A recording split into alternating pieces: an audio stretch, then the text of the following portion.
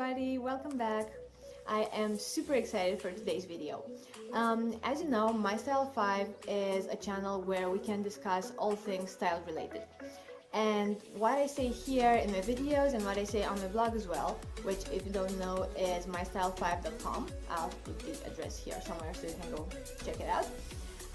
But like I say here and there as well, is that style is not just about what you wear, about your clothes or your accessories or how you do your hair or your makeup. That's part of it, of course. It's part of how you express your style. But style, I believe, is more of an external manifestation of your personality. And part of your personality has to do with time. Yes, time. How you manage your time, how you perceive the importance of the time of others. And for example, not being late, always being on time for your appointment is a part of that. So always being mindful of other people's time, being careful with how you manage your own time so that you don't delay anybody else or don't make them wait for you is a part of your manners, of your personality, and in the end it becomes part of your style. So what I want to do today is a video with 5 tips on how you can stop being late. And I think this is a major subject for a lot of us because a lot of people are chronically late. And I'm not 100% not guilty of this. A lot of times I am late, not a lot, but like 5-10 minutes, which is still annoying and it annoys me as well. And in the mornings especially, I sometimes have a hard time getting everything done so that I can get out the door on time, which is something that I would like to stop doing. So what I do is implement a few really easy strategies that everybody can adopt, which I'm going to share with you today. And you'll see that all of these tips mean that you can be more organized, more efficient with your time. You can get to your scheduled appointments on time, which means that you will not be running around sweaty, stressed out, haggard. You won't arrive there all messed up, like messy hair, your makeup in disarray, your clothes all crumpled up and sweaty. Ugh, we all hate that feeling, especially in the morning when your day hasn't even begun yet and you get to work or to a customer meeting and you're already feeling icky, sticky, and like you're already done with that day. Nobody wants to start their days that way. And I'm sure I'm not just speaking for myself here when I say that a lot of times you see these people on the street just walking very calmly, confidently. They look super put together and polished and stylish, and they look ever so calm, like nothing is frazzling them. And I can't help but think that these people are probably a bit more organized when it comes to managing their time, when it comes to getting out of the house on time so they're not late for a prospective meeting. And then when they actually arrive to that said meeting, they look spick and span, proper, polished, no hair out of place, because they don't have to hurry, they don't have to run around to catch the metro, they don't have to be rushed and stressed out and messy, you know? And I'm thinking, personally, I would like to be a bit more like those people and feel that I have a bit more control over how I manage my time. And if you feel the same way, then this video is definitely for you. Alright, so the first tip is try to prepare everything the night before. As much as you can prepare for the next day, try to do so. And when I say that, I mean think about your outfit. Think about what you're going to wear, if it's a certain top or dress or skirt or whatever. You can even pull them out of your closet and lay them by the bed. And this way you'll also see if something is wrinkled, if you need to iron it, if there's a stain maybe on your favorite dress which you're planning to wear the next day. Think about your shoes, think about literally everything from undergarments to clothes to accessories to shoes. As much as you can, try to visualize it so that the next day you have everything prepared and you're not running around looking for your left sock, for example, when you need to be out the door 10 minutes ago. And this, by the way, includes your makeup products as well. Think about what your makeup look will be for the next day. If you're going to use lipstick, foundation, mascara, whatever else you could think of, your makeup and personal care products should also be in one place where you know where they are and you can easily reach for them in the morning. And the part of this preparation is taking care of your work bag as well. Think about all the items that you will need the next day and try to pack them in your bag the night before. For me, for example, that means having my glasses ready for when I'm at the computer, making sure that I pack my travel card, my bank card, my grocery store card, making sure that I pack a little snack with me, usually that's some dark chocolate, making sure that I have my Invisalign case for when I need to take my Invisalign aligners out for lunch. And of course keys. Keys are the most important thing to put in your bag the night before, at least from my point of view, because I'm always running around the house looking for keys, and if I'm already 5 minutes late, that becomes 10 minutes or 15 minutes late because I am looking for my keys. And I mean, it's such an easy thing to do. Just pack everything the night before in your bag, then you're all set, no problem, you can get out the door on time in the morning. Now, my second tip is somewhat related to the first one, as in it also refers to preparing something the night before. And I'm thinking about breakfast. Now, I know maybe not all of you eat breakfast in the morning, although it's really good for you, it's really healthy, but I'm not about to go off on a rant about the benefits of breakfast, at least not in this video. You can do it in a different one if you want.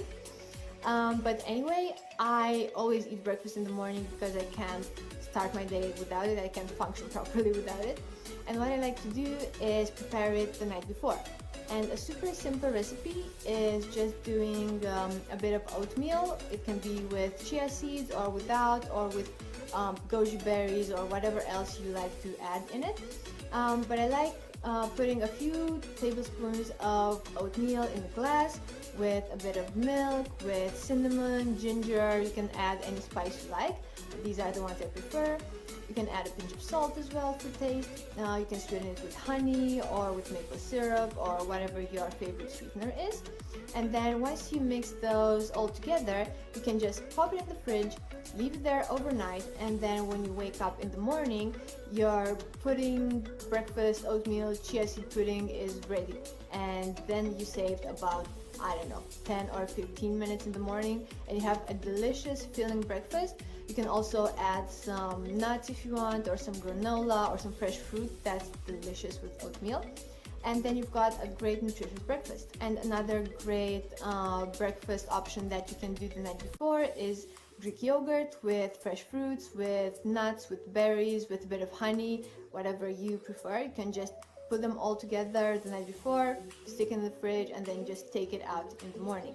Now, of course, this doesn't work for every type of breakfast. I'm not saying you should prepare an omelette and then put it in the fridge because the next morning is going to be cold, and I don't know how many of you like cold eggs. Personally, I don't. But there are some breakfast options that can be prepared the night before, and that will save you a lot of times, especially on work days. And if you're not hungry in the morning, or if you can't eat breakfast like the moment that you wake up, then at least try to pack a banana or a cereal bar or whatever else that's easy to put in your bag. It's breakfast on the go, so you can even eat it in your car on the way to work or when you get at work. And then it's also a time saver. And another item that belongs on a lot of our tables in the morning is coffee. And of course, brewing coffee and having that delicious smell fill your house is great. It's amazing. I love it. It wakes me up every time. But I'm thinking now, especially since it's summer, it's warm outside, and we start drinking more iced coffee, that you can prepare a cold brew. And this is something you can do definitely the night before. You can put it in the fridge, and then when you wake up in the morning, the coffee has steeped, and then you have cold brew that you can use with water, milk, whatever else you like to add to it. And cold brewing, if you don't already know about it, is a method of steeping coffee in cold water. So basically you mix the two and then you pop them in the fridge, and in the morning you have this delicious coffee that you didn't have to spend any time making that morning. And how you make a delicious cold brew is you take the amount of coffee that you would want to have, and then you put 4 times the amount of water. So basically, think about it. If you're going to make, let's say, 2 cups of coffee in the morning, then you would need 2 cups of water and a half a cup of coffee. And you have to remember, when you use coffee, it's best that you don't use the very fine powder.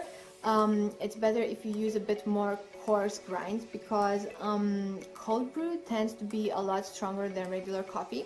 So if you use the very fine powder, then it will become over extracted. So you put the coffee grounds together with the water. You can use a small pot, or I've seen people use a French press for this. I put them here in my milk foaming device, let's say. And that's because it's big enough that it can house the amount of coffee I'm going to make.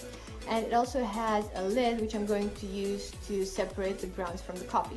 Anyway, they do become separated during the night, because the coffee grounds will just sink to the bottom and then the coffee will become clearer, but you still need to use a sieve or a coffee filter or anything like that to actually make sure that your end product is very clear and very nice and not with any coffee grounds in it. Another step you can take to make sure that you are ready on time is to plan the day ahead. And you can do this again the night before if you prefer, or you can do it in the morning while having your breakfast. Just think about all the things that you need to do that day, all the appointments you have, all the tasks you'll be having at work. Try to think of everything and then write it down in your planner, in your phone, on your laptop, wherever you need to. But just so that everything is clearly organized, you know everything that you need to do, everything that you need to accomplish that day, and then nothing takes you by surprise. Because I can tell you how many times I thought I was done with everything, I was on time, I was ready to go, for example, and meet my girlfriends for a coffee, and then last minute I remembered that I didn't do the laundry, or that I did do it but didn't take the laundry out of the machine, or I remember I had to send a very important email or anything like that, and then of course I need to take the time to do that task, which means I'm leaving home again late, which is not something that you want to do. And this will also help you focus better, because it will clear all that clutter in your mind. You know, when you're trying to remember everything that you need to do, you can become a bit agitated or irritated, or at least I do, and then you can't even remember everything that you needed to do. You can't get properly organized. It feels like you're forgetting something all the time, which is the most annoying feeling ever. But if you write everything down, then you can just check your planner and see what else needs to be done, and then maybe even get the satisfaction of checking everything off your list. And then by the end of the day, you are happy, everything has been done, you are on time, and you managed to be one of those really organized, polished people. And on that note, my next tip is to actually try to track how much each of your tasks is taking you. Like, try to see how much time you need in the morning to get ready. Try to see how much your additional tasks take you every day. Because, for example, I wake up in the morning and I need to get dressed, I need to eat breakfast, I want to drink my coffee, and then I want to either exercise or work on my blog or on my YouTube channel. Which means that I need to allocate at least half an hour for that. So half an hour for getting ready, half an hour for extra activities, and then that gives me an hour before I need to go out the door. But I tend to be super optimistic with my time, and I think I've got plenty of time till I need to go. And then if I don't keep track of what I'm doing, if I don't keep my eyes on the time at all times, keep my eyes on the time at all times, anyway, you know what I mean, then I tend to run late. And for example, if I don't really estimate my time correctly, I can be late with meetings, with appointments, with anything that actually shouldn't be late with. And if you find that you still can't get out the door on time, even though you keep track of all your activities, how much time each of your activities takes, then at least for in the mornings, I recommend that you wake up 10-15 minutes earlier. I know it's not great, I hate it, and it's my last resort, to be honest, but if you find that you can't get disciplined otherwise, try waking up a bit earlier. And for appointments during the day, then try to set a deadline for yourself that you're going to get out the door at 6 if you know that you need to get out the door by 6:15. So then that still gives you a bit of a margin should anything happen, or if you forget anything, coming back to the previous point, so then you still have that 15 minutes margin. And speaking of planning and knowing how much time each of your activities takes, try to always leave a little bit of room for error, for the unexpected, for the unpredictable. Maybe the metro is too crowded and you can't catch the first one, or it stops for no reason and then you're stuck in the metro for 10 extra minutes, or maybe you get a flat tire if you bike to work, or I don't know, there can be a number of things that can happen that can delay you. So always try to give yourself at least 10 to 15 minutes for anything unexpected that might happen. It's a lot better than knowing that you did everything perfectly, that you left your house on time, and that you're still late because something came out of the blue. That is so annoying, and you definitely want to avoid feeling frustrated before your day has even started. And my last tip is to set some alarms for yourself. Like, for example, I now started setting an alarm 10 minutes before I need to go. So then I know I'm notified, there's no way I can forget it or miss it. 10 minutes before I need to get out of the house, I have an alarm saying, you still have 10 minutes, then you need to get out. And then I set another alarm for when I actually need to get out. So I already have in my mind that in 10 minutes I need to be all dressed up, teeth brushed, hair brushed, shoes on my feet. I need to be ready, and then when the second alarm goes off, I need to get out of my house. That's the thing though, you need discipline, you need to listen to those alarms, follow them. When the second one goes off, just get out of the house. You need to be prepared to leave your house that moment. So these were my 5 tips for today. I really hope that this video was useful and informative for you guys. Maybe you already knew some of the tips or all of them, or maybe you didn't know them and it really helps you guys that I approach the subject, hopefully. And I'm really curious to see what you use in order to be on time, what methods, what tips, what advice you have for always being at a meeting or at school or at work on time. And of course, if you liked the video, please give it a big thumbs up. Don't forget to subscribe to the channel if you haven't already, so then you are always notified of when I upload a new video. And of course, feel free to share it if you found it useful. Maybe it helps other people as well. And again, don't forget that being mindful of your own time and of other people's time is a sign of maturity, of respect, of good manners, which are all part of being a stylish person. And of course, if you're always on time, maybe even have time to grab a coffee before jumping on the metro, or just to take 5 to 10 minutes for yourself to meditate and chill out before your day starts. And doesn't that just sound great?